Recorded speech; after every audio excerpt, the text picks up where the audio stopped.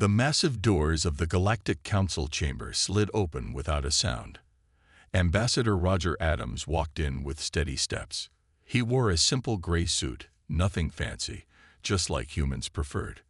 Around him, alien beings from 100 different worlds watched from their floating seats.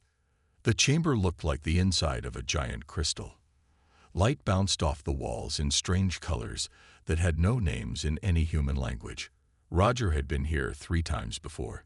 Each time, the council had found new ways to insult humanity. The Zephyrian delegate sat in the center chair. Its purple tentacles moved slowly in the air, like seaweed in an ocean current. The being's 3 eyes focused on Roger. To its left sat the Vortanian with its metal skin. To its right, the gaseous form of a nebula swirled inside its container. Ambassador Adams of Earth, the Zephyrian said. Its voice sounded like wind chimes. The Council has reviewed humanity's application for membership. We are prepared to offer you terms. Roger stood straight. He had expected this moment. Earth's government had given him clear instructions. His job was simple: listen, evaluate, and respond. Please state your terms, Roger said. The Zephyrian's tentacles moved faster. This meant it was pleased. First, humanity must destroy all military ships. You will keep only transport vessels. Roger's face stayed calm, but his hands tightened slightly. Second, the Zephyrian continued, all human colonies must accept council governors. Your people will learn proper behavior from advanced species.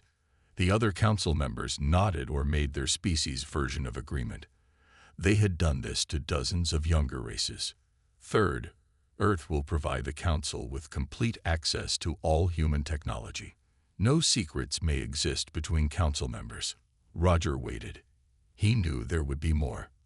Fourth, humans must stop their rapid expansion. You may keep your current worlds, but no new colonies without council approval. The chamber fell silent. All eyes, compound and simple, stalked and floating, turned to Roger. Is that all? Roger asked. The Zephyrian's tentacles curled in what looked like a smile. Those are the standard terms for primitive species seeking our protection. Roger pulled out a small device from his pocket. He pressed a button, and a hologram appeared. It showed the Council's original charter, written thousands of years ago.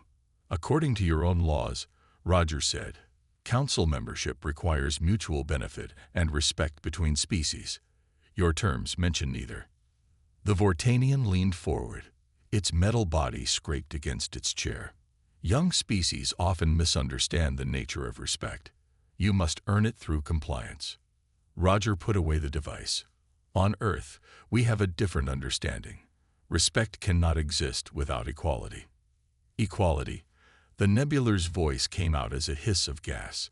You barely learned spaceflight a century ago. We have traveled the stars for millennia. Yet here we stand, Roger said, in the same chamber, breathing the same air, discussing the same future. The Zephyrian's tentacles stopped moving. These terms are not negotiable, Ambassador. Accept them or remain outside our protection. Roger took a deep breath. He thought about his daughter back on Earth, learning to fly her first shuttle. He thought about the colonies on Mars and Alpha Centauri, built with human hands and human dreams. Then humanity formally rejects your offer, Roger said. The chamber exploded with noise. Clicks, whistles, roars, and sounds that hurt human ears filled the air. No species had ever refused council membership. They all wanted the technology, the trade routes, the safety of belonging to the galaxy's most powerful alliance. The Zephyrian raised 4 of its tentacles. The noise stopped. Ambassador Adams, it said slowly, perhaps you do not understand. Without the Council, humanity stands alone. Your species will face the dangers of the galaxy without our shields, our knowledge, our guidance. Roger smiled for the first time since entering the chamber. Humanity has always faced dangers alone. We crossed our own oceans, reached our own moon, and found our own path to the stars. We will continue to do so. He turned and walked toward the doors. Behind him, Chaos erupted again. The council members shouted questions and demands. How dare these humans refuse? What did they think would happen? The doors opened before Roger reached them. He paused and looked back. "One more thing," he said over the noise. "You call us primitive, but we are the first species with the wisdom to say no to your chains." He walked out, leaving the Galactic Council in the first true crisis of its ancient history. 3 months passed since Roger Adams walked out of the council chamber. The galaxy watched and waited. Most species thought humanity would come crawling back within weeks. They were wrong. Captain Susan Walker stood on the bridge of the U.S. Liberty, one of humanity's deep space trading vessels. Through the viewport, she watched cargo ships move between the human colony on New Eden and a Krellian freighter. The Krellians had never joined the council. They'd preferred independence, just like humans. "Captain, incoming message from Earth," her communications officer, Jake Miller, announced. Susan turned from the viewport. "Put it through." The hologram showed Admiral Frank Pierce, head of humanity's merchant fleet. His face looked tired but satisfied. "Susan, I have good news. The Altarians just agreed to trade directly with us. They're sending a convoy next week." Susan smiled. "That makes 7 non-council species trading with us now." 8, Frank corrected. "The Morvex signed yesterday. They need our medical technology, and they're tired of paying council taxes." Jake looked up from his console. "Captain, I'm picking up council news feeds. They're not happy about our new trade agreements." Susan nodded. "Show me." The main screen lit up with a Galactic Council broadcast. The Zephyrian delegate appeared, its tentacles moving in agitation. "The Council warns all species against unauthorized trade with humans.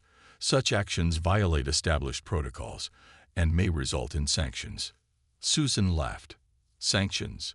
They already cut us off from their trade network. What else can they do?" Meanwhile, on the Council's capital world, panic was spreading through the gleaming towers of the administrative district. Councillor Vex, the Zephyrian who had delivered the ultimatum to Roger Adams, floated before a wall of data screens.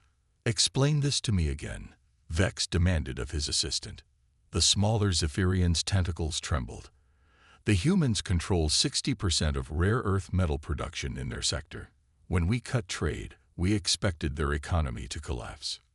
And they found new markets. The non-council species are paying premium prices for human minerals.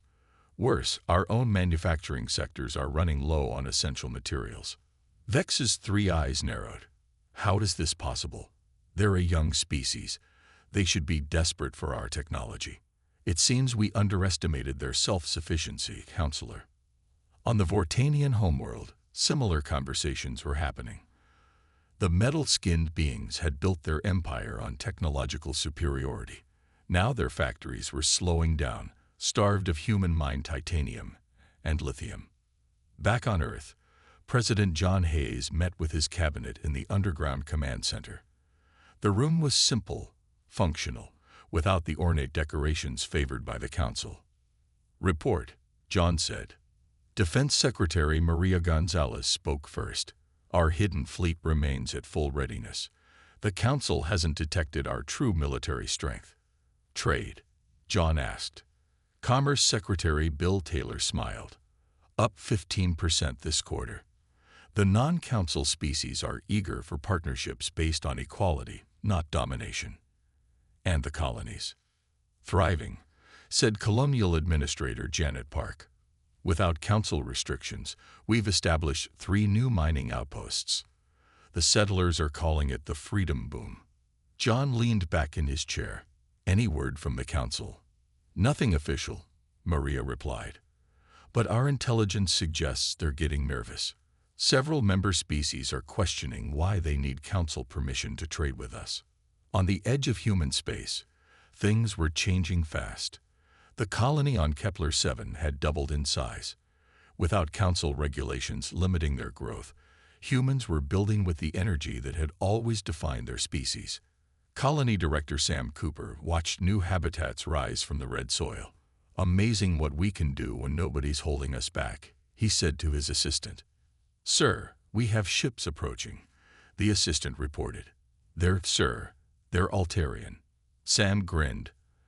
"Our new trading partners. Let them know they're welcome here." In the depths of space, a secret meeting was taking place. The Altarian ambassador met with representatives from 6 other small council species. They spoke in whispers, afraid of council surveillance. "The humans did what we've all dreamed of," the Altarian said. "They said no.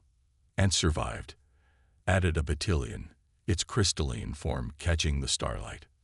"More than survived. They're thriving."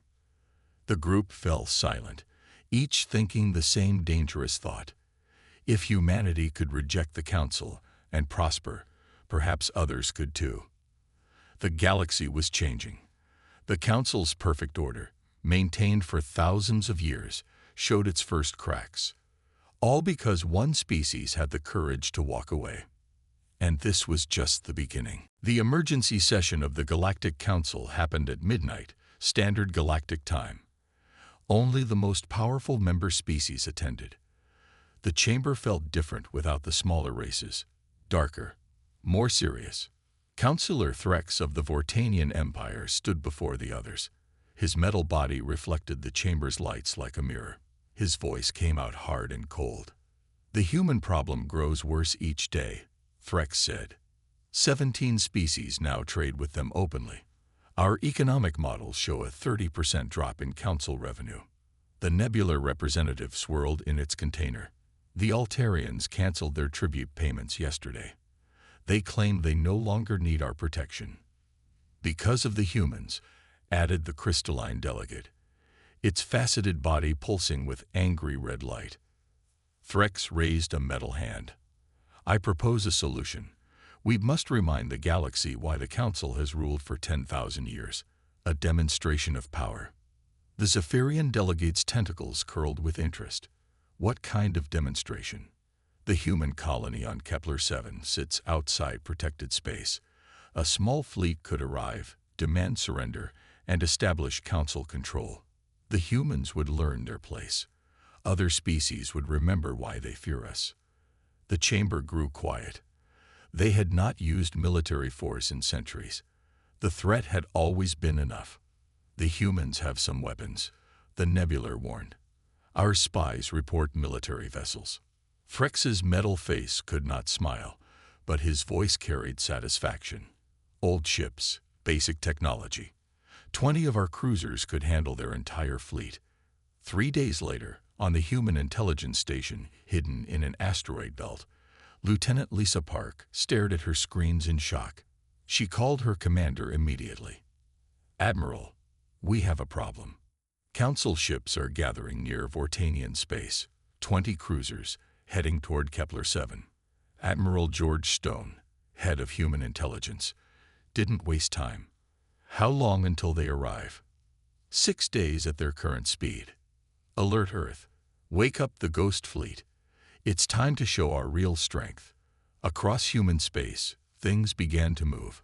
Ships that the Council thought were destroyed or never built powered up their engines. Hidden bases opened their doors. Weapons nobody knew humans possessed came online. On Earth, President Hayes called an emergency meeting.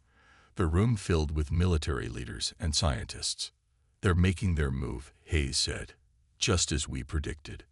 General Tom Bradley, Earth's top military strategist, nodded. "We've prepared for this. Operation Rising Sun is ready." "Casualties?" Hayes asked. "If we do this right, minimal. We disable their ships, not destroy them. Show strength, not cruelty." Dr. Ellen Price, head of Advanced Weapons Research, spoke up. "The quantum torpedoes are tested and ready. Their shields can't stop them." Hayes looked around the room. "We spent 50 years pretending to be weak. Now they'll learn the truth." On Kepler 7, Colony Director Sam Cooper received the news calmly. He had expected this day. "Sarah, activate Defense Protocol 7, he told his security chief. Sarah Chen nodded. "Underground bunkers are ready. Shield generators warming up." "And the surprise?" Sarah smiled. The Mark 12 cannon is operational. They won't expect a colony to have battleship-grade weapons. In space, the Council fleet moved with confidence. Commander Zek of the Vortanian Navy led the force. His bridge crew worked with perfect efficiency. "Commander," his sensor officer reported, "no human military vessels detected near Kepler 7. "As expected," Zek replied. "They know they cannot fight us." What Zek didn't know was that 40 human warships waited in hyperspace, their new stealth systems making them invisible to Council scanners. Captain Mike Harrison commanded the lead vessel, the U.S. Phoenix.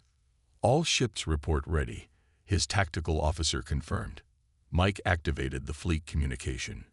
"Remember, we're not here to start a war. We're here to end one before it begins." In the Council chamber, the leaders waited for news of their victory. They expected surrender within hours of the fleet's arrival. The Zephyrian delegate spoke to the others. "After we take Kepler 7, we'll demand Earth's complete submission. No more games, no more delays." "And if they refuse?" asked the Nebular.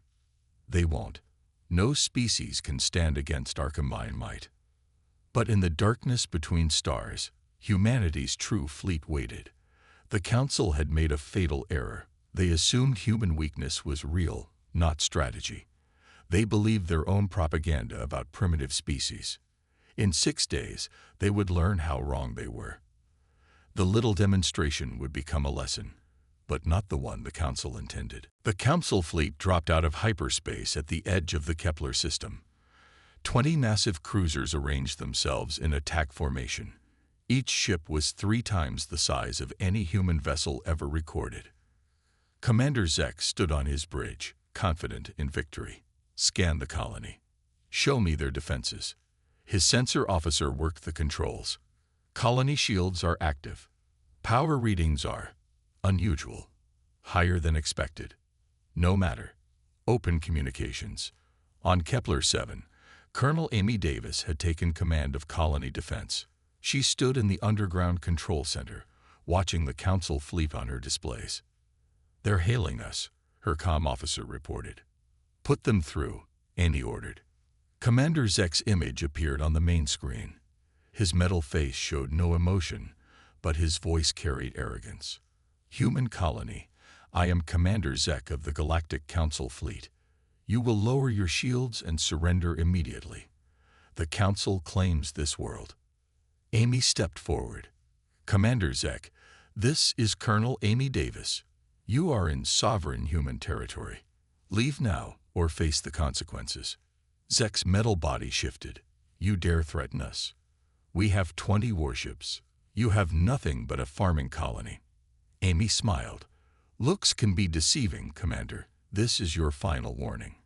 "Humans," Zek said to his bridge crew, "always talking when they should be kneeling. Target their shield generators. Fire warning shots." 3 Council ships fired. Energy beams struck Kepler 7's shields. The colony's defenses held without strain. In space, hidden by stealth technology, Captain Mike Harrison watched from the U.S. Phoenix. They fired first. "All ships, execute Attack Plan Alpha. Let's show them what humans can do." 40 human warships appeared from nowhere.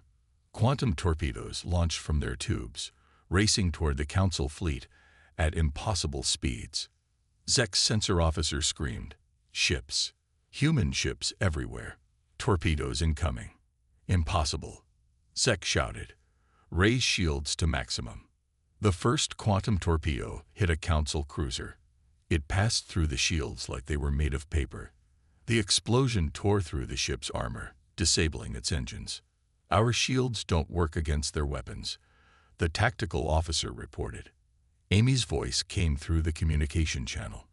"Commander Zek, you have 10 seconds to order your fleet to stand down." Zek snarled. "All ships, return fire. Destroy these primitives." The space around Kepler 7 erupted in battle. Council energy weapons fired in all directions, but the human ships moved with perfect coordination, dodging most attacks. When Council weapons did hit, human shields absorbed the damage. More quantum torpedoes found their targets. One by one, Council ships lost power. Their weapons fell silent. Their engines died.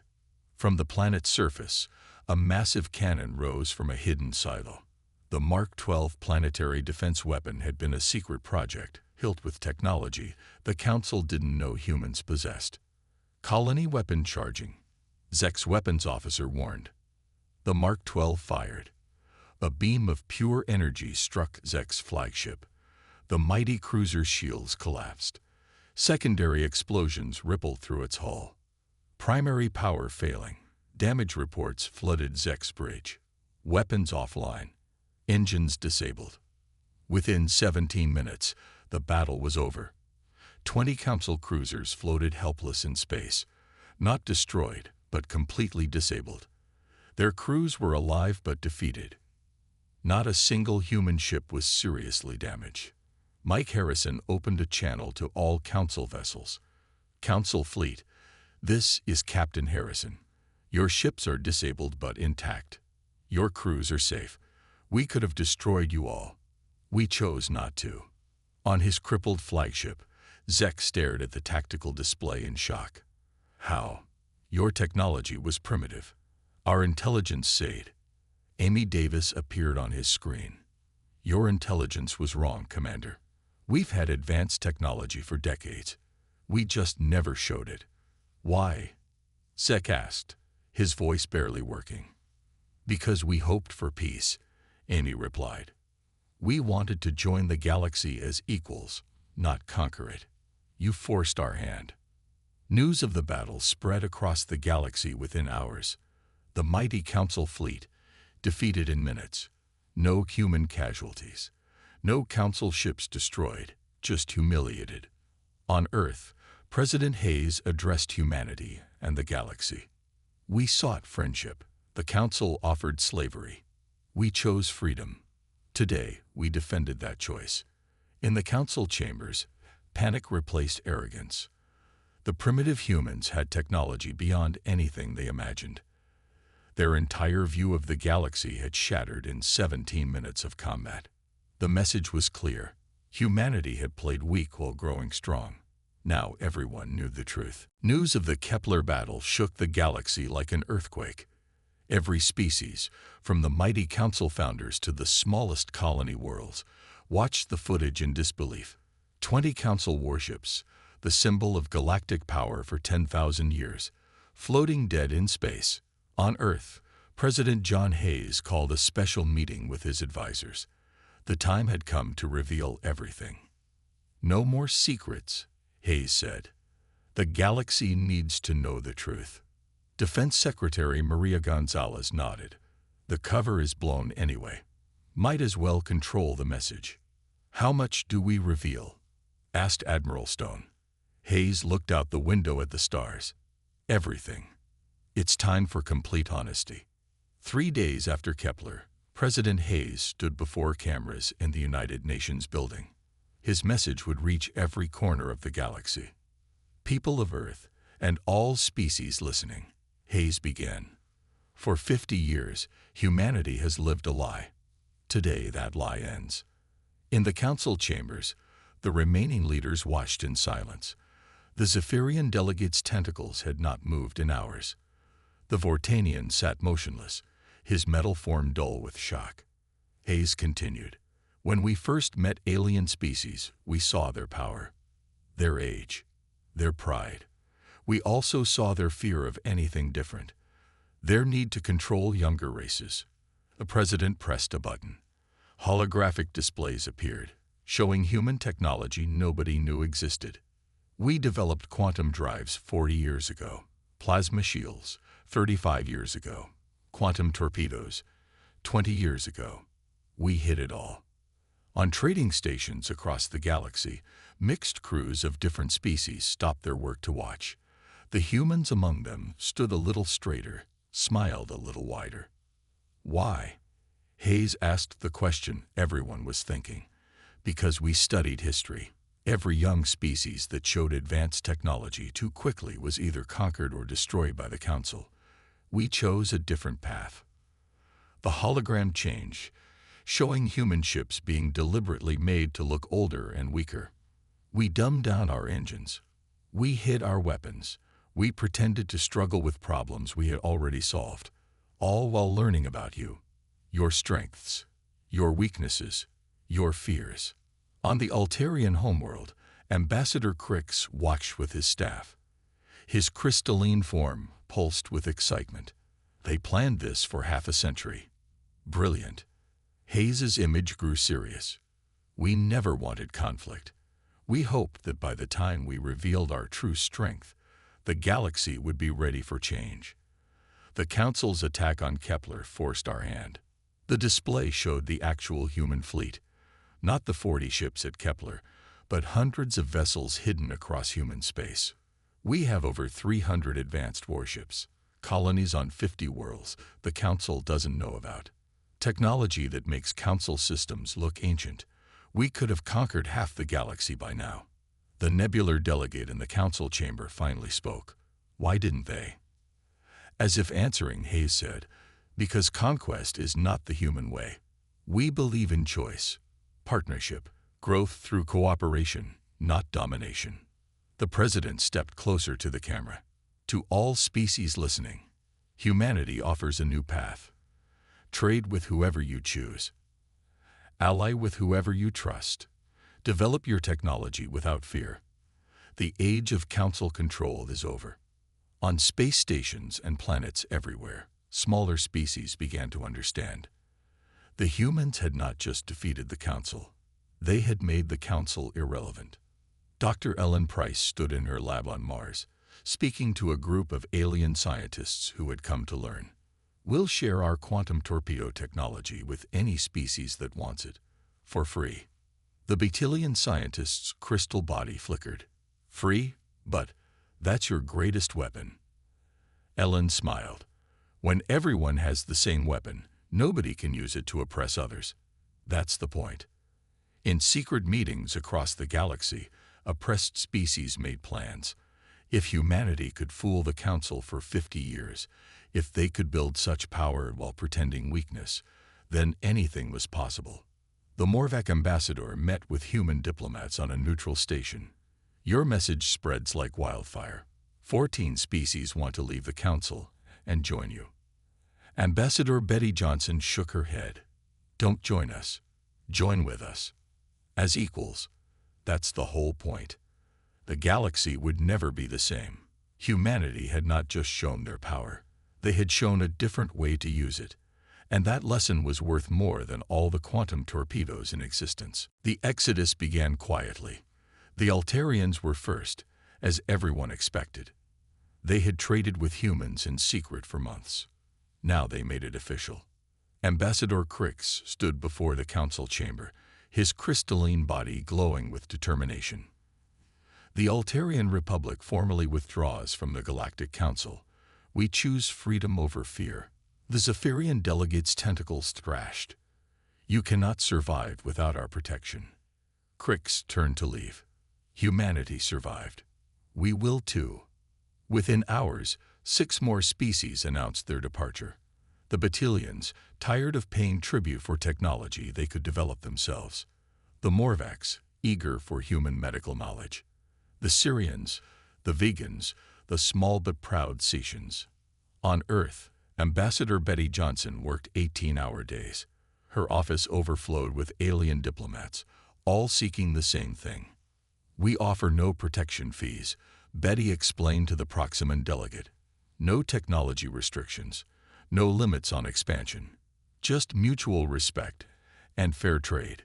The insectoid Proximan clicked its mandibles. And if the Council attacks us? Betty smiled. Check your message system. You'll find blueprints for quantum torpedoes waiting. Build them. Defend yourselves. Stand as equals. In the Council chambers, emergency sessions ran continuously. The mighty alliance was bleeding members daily. 17 species gone. The Vortanian thundered. Our revenues have dropped by half. Our trade networks are collapsing. The Nebular swirled angrily in its container. Send the fleet. Bring them back by force. What fleet? The crystalline delegate asked bitterly. The one floating powerless near Kepler. The humans offered to tow our ships home. The humiliation burns worse than defeat. On the border worlds, amazing scenes unfolded. Species that had cowered before council tax collectors now stood firm. When Vortanian collection ships arrived at the Beetilian homeworld, they found something new. "You are not welcome here," the Beetilian defense commander announced. "Leave immediately." The Vortanian captain laughed. "You dare refuse us? We will take what we are owed." "Try," the Beetilian replied.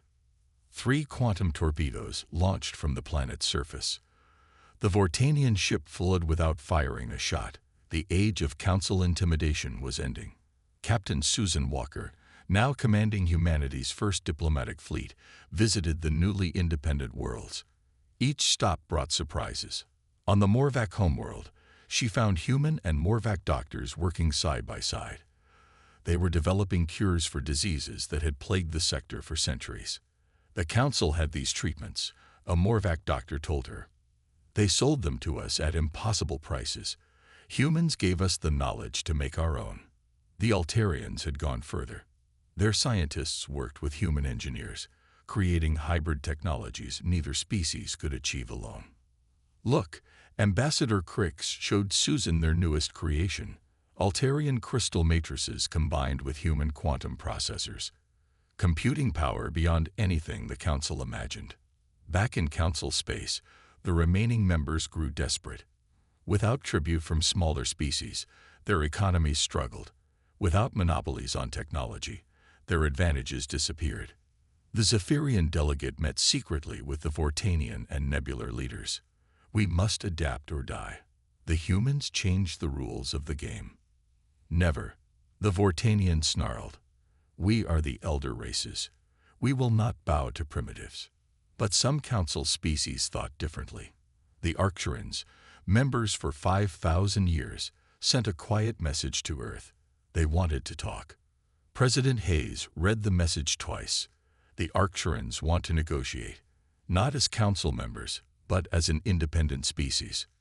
"The cracks are showing," Admiral Stone observed. "Even their core members are having doubts." On a station in neutral space, more species gathered. They called themselves the Free Worlds Alliance. No leaders, no tribute, no forced technology sharing. Just equal partners choosing to work together. Betty Johnson addressed the first full meeting. "This is not about replacing the Council. It's about making them irrelevant. Show the galaxy that cooperation beats coercion." The exodus continued. Each day brought new defections.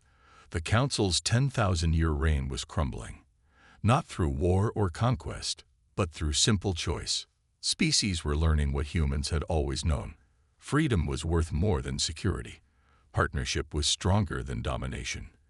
And sometimes, the best way to win a game was to stop playing by the old rules entirely. The Council's final desperate move came 6 months after the exodus began. They gathered every remaining warship, 800 vessels from 12 species. It was the largest fleet assembled in 1,000 years. Supreme Commander Vec, brother of the defeated Commander Zek, led the Armada. His orders were simple: restore order through overwhelming force. Admiral Paul Robinson watched the gathering fleet from his command ship, the U.S. Washington. He opened a channel to all human forces. "This is Admiral Robinson. Execute Operation Sunrise. It's time to show them what united species can accomplish." Across the galaxy, ships began to move. Not just human vessels, but ships from every species that had joined the Free Worlds Alliance. Altarian crystal cruisers, Morvic medical ships converted to battle configuration, Beetilian sharp ships with their angular designs. The two fleets met near the Orion Nebula. The Council expected to face scattered resistance. Instead, they found perfect coordination. Betty Johnson's voice echoed across all channels. "Council Fleet, this is Ambassador Johnson of the Free Worlds Alliance. You face not just humanity, but 32 free species. Stand down." Supreme Commander Vec refused. "Rebels and primitives. You will submit to rightful authority. Look at your sensors, Robinson suggested calmly. The Council fleet scanners showed the truth. Over 1,000 ships faced them, more appearing every minute. Quantum torpedoes armed and ready. But the real shock came next. 3 massive vessels emerged from hyperspace, Arcturan dreadnoughts, among the most powerful ships ever built. They took position with the Free World's fleet. Counselor Rex, leader of the Arcturans, transmitted to both fleets. The Arcturan sovereignty stands with freedom. Council members, ask yourselves, why do we fight to preserve chains? The psychological blow was devastating. The Arcturans had been Council founders. Their defection meant the old order was truly dead. On the Council command ship, chaos erupted. The Arcturans betrayed us, Vec roared. His sensor officer interrupted. Sir, I'm detecting separation in our fleet. The Draconians are. They're lowering weapons. One by one, Council ships began to break formation.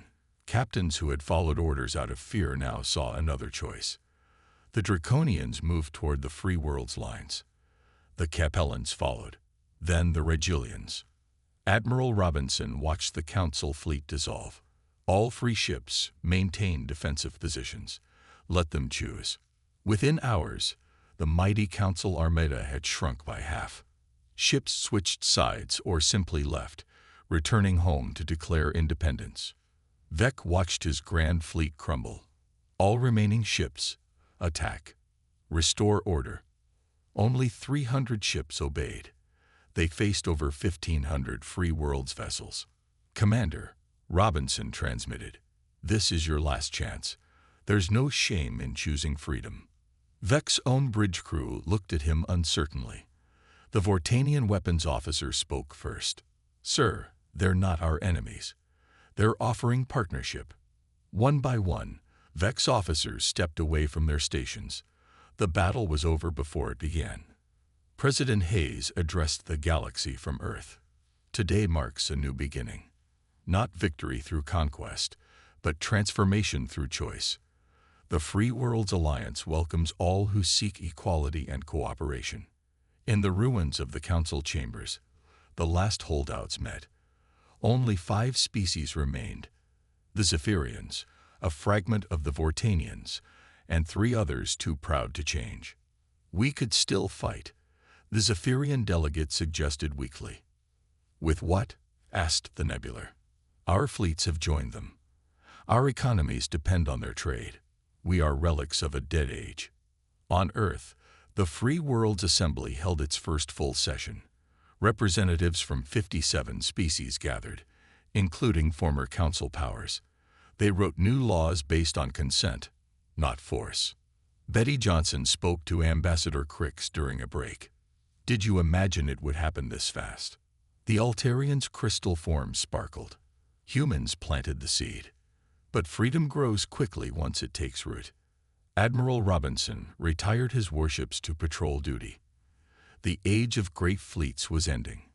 When species treated each other as equals, massive military forces became unnecessary. The transformation was complete. The galaxy had reorganized itself around a simple principle. Cooperation by choice worked better than unity through fear. Humanity hadn't conquered the galaxy. They had simply shown it a better way. 5 years passed like a whirlwind. The galaxy looked nothing like it had before humanity said no to the Council. Trade routes that once served only Council worlds now connected every inhabited system. Technology flowed freely between species. Innovation exploded. Senator Helen Adams, daughter of the first human ambassador to reject the Council, walked through the Grand Hall of the Interstellar Assembly. The building itself told the story of change. No intimidating architecture.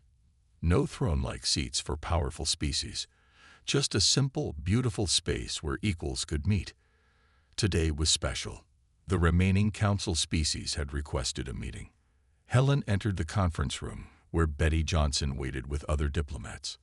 Through the windows, they could see ships from 100 worlds docking at the station.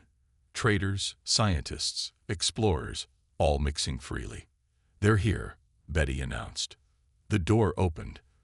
5 beings entered, representatives of the once mighty Galactic Council. The Zephyrians' tentacles drooped. The Vortanians' metal skin had lost its shine. They looked tired, defeated.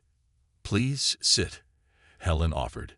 No guards, no weapons, just chairs around a table. The Zephyrians spoke first. "We come to discuss partnership." Helen and Betty exchanged glances. This was unexpected. "You wish to join the Free Worlds Alliance?" Helen asked. The nebular's gaseous form flickered. "We wish to survive. Our isolation has cost us everything. Our economies are in ruins. Our people suffer." The Vortanian added, "We maintained our pride while our world starved. Pride makes poor food." Helen leaned forward. "The Alliance has simple rules. No species holds authority over another. All technology is shared freely. Disputes are settled by mutual agreement, not force." "We understand," the Zephyrian said quietly. "We were wrong. For 10,000 years, we mistook fear for respect, control for strength." Betty spoke gently. "Admitting mistakes takes courage. The Alliance values courage." Outside, the galaxy thrived. On the Altarian homeworld, young beings of dozen species study together at the new interstellar university. Knowledge once hoarded now spread like morning light. Captain Mike Harrison, hero of Kepler, now commanded exploration vessel. His crew included humans, Altarians, Morvax, and even a few Vortanians who had joined the Alliance early. "Captain," his battalion science officer reported, "we've discovered something amazing." The view screen showed an ancient structure floating in deep space.